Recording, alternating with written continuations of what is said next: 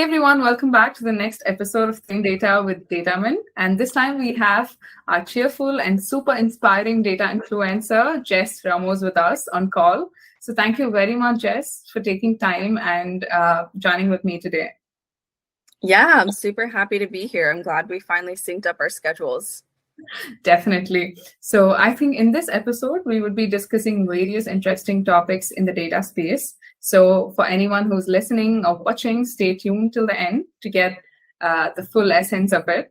So I think before we get started, in the recent past, you've had two major episodes in your career, from joining Crunchbase as a senior data analyst to shooting for LinkedIn as an instructor. So it's amazing to hear such great news, and a very big congratulations on that. Thank you. I feel like my life has been moving really fast lately. It's all exciting stuff, but yeah, I've been busy. There's been a lot of adjusting going on in my life lately. I get it. So how did all this happen? How do you feel? I'm definitely sure that you're enjoying this moment. Yeah, honestly, I'm not really sure how it all happened. I mean, with LinkedIn, I went viral back in April, kind of accidentally. Like, I wasn't intending to create content. I just kind of randomly posted something one day and it went viral. And from there, I gained like 5,000 followers and just met a lot of people. And it just inspired me to kind of keep going. And from there, everything's just snowballed. And here I am now. Amazing. So having said that, how did you develop your passion for data and math, and what made you choose this profession? Because was there something that in particular made you get inclined towards this career role? Yeah, so when I was studying math in school, I knew that I really liked math and logic, but I didn't know how to turn that into a career. And I didn't even know that data was a career. So I ended up taking an info systems class as a business elective. And I took it because it was an easy A. Like, I heard it was an easy class. So I signed up, and it actually went over like the data and computer science stuff of business. And I was like, wow, this was actually not terrible. Like, I actually enjoyed this class. So that was like my first interaction with data. And it just led me to keep going. So I ended up doing a directed study in data analytics with that same professor. And I just really enjoyed it. So that led me to pursue grad school in business analytics. And from there, I got an internship and started my career. Okay. That's cool. So how would you describe your current role at Crunchbase as a senior data analyst, which probably you joined before 2 months? Yeah, so I've been there for a little over a month total, so I'm still pretty new, but I'd say that I really enjoy it so far. It's a very fast-paced kind of startup environment, which I like. So I've only been here for, I think, 5 weeks, and I've already been working on really important projects and making an impact on the company. And that's what I like. I get bored easily, so I like to work on a lot of different stuff and move quickly. So it's definitely a really welcoming, innovative company. Awesome. That's great to hear, and all the best for it. So I think, like you said, with LinkedIn, there's a lot of fans for your amazing content, be it educational or maybe discussing some of the hot trending topics. So I'm also one of them. So how did you build this audience, and how did this all happen? Was there some kind of particular strategy towards it, or how did this all happen? Honestly, I wish I had more. Sorry, my throat. I wish I had more of like a straight answer, but I really don't know how it all happened. I would say that I've just been pretty consistent on LinkedIn. I think just showing up frequently and posting consistent content really helps. I grew my following really fast, and I'm honestly like shocked. Like, I don't know why so many people want to follow me, but I think my story has just like resonated with people. There's a lot of people out there working in data who want to just connect with other people who work with data. So I feel like I've been able to build a community of people with, similar interests. And I also like to show like the vulnerability side of it as well. I don't claim to be an expert. I don't claim to know everything. I just claim that I'm learning every day and I'm passionate about what I do. So I think just kind of finding your target audience and sticking with it and being consistent.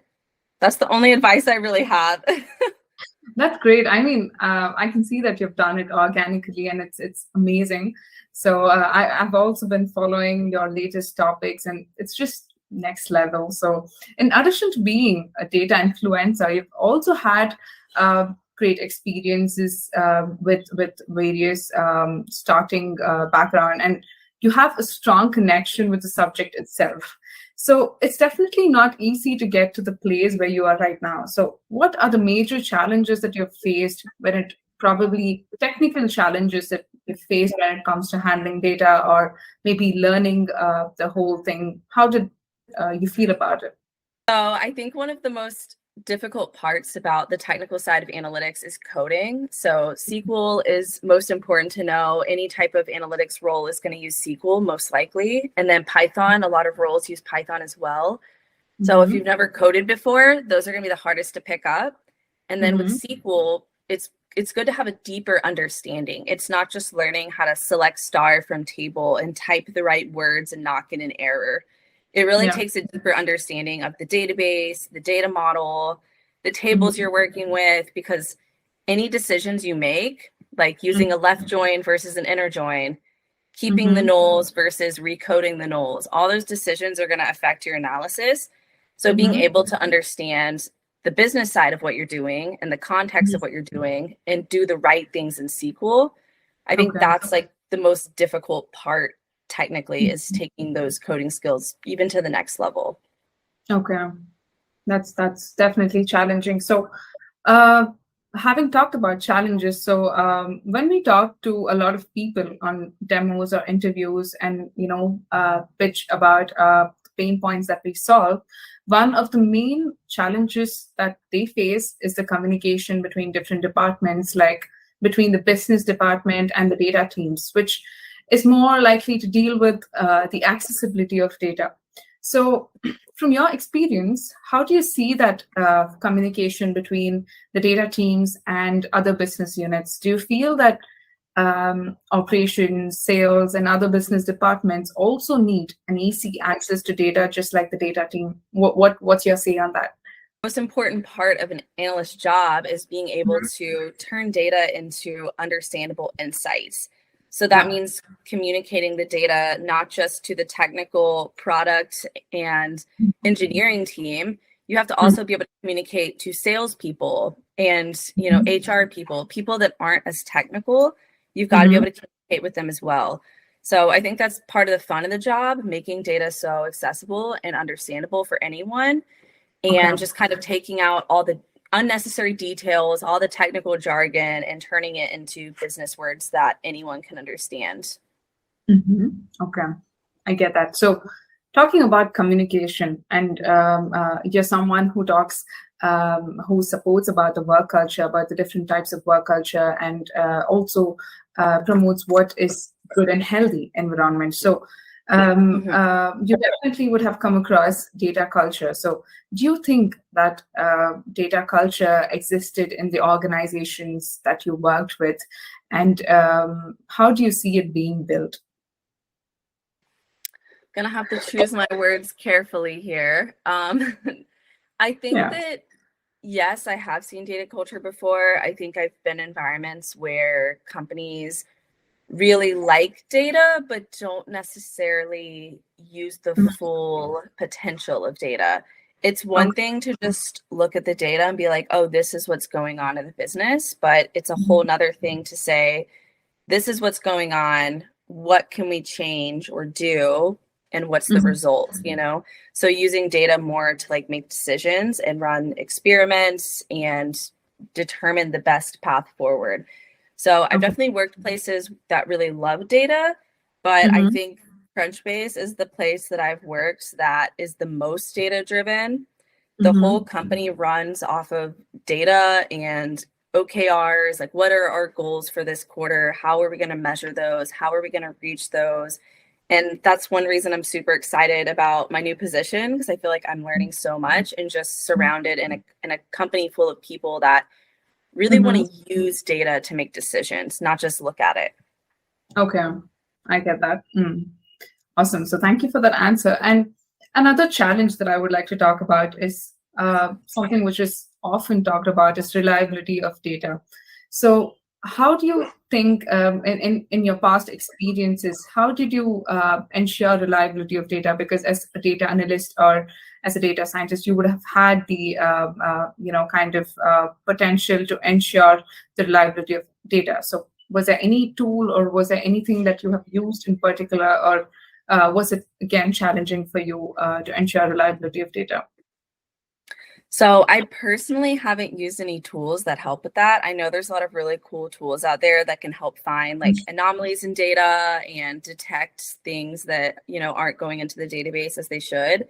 I haven't worked with those, but I would just say in general, data analyst, when you complete a project, like you create a metric, it's not just like you finish it and then you're done with it. You're always going to be performing like quality checks on that metric, and it should be a continuous process, because sometimes things will change further upstream, or the data looks different in the database now for some reason, and it can actually break your calculations or make them less accurate for some reason. So I think as a data analyst, I always try to continuously check metrics and how they're performing, and not just like do them and be done with them. Okay, got it. So that's amazing, and thank you for sharing all of them with me. And this is something favorite that I would say, the upcoming one. So there were many times or instances where you have given your voice to the empowerment of women in data.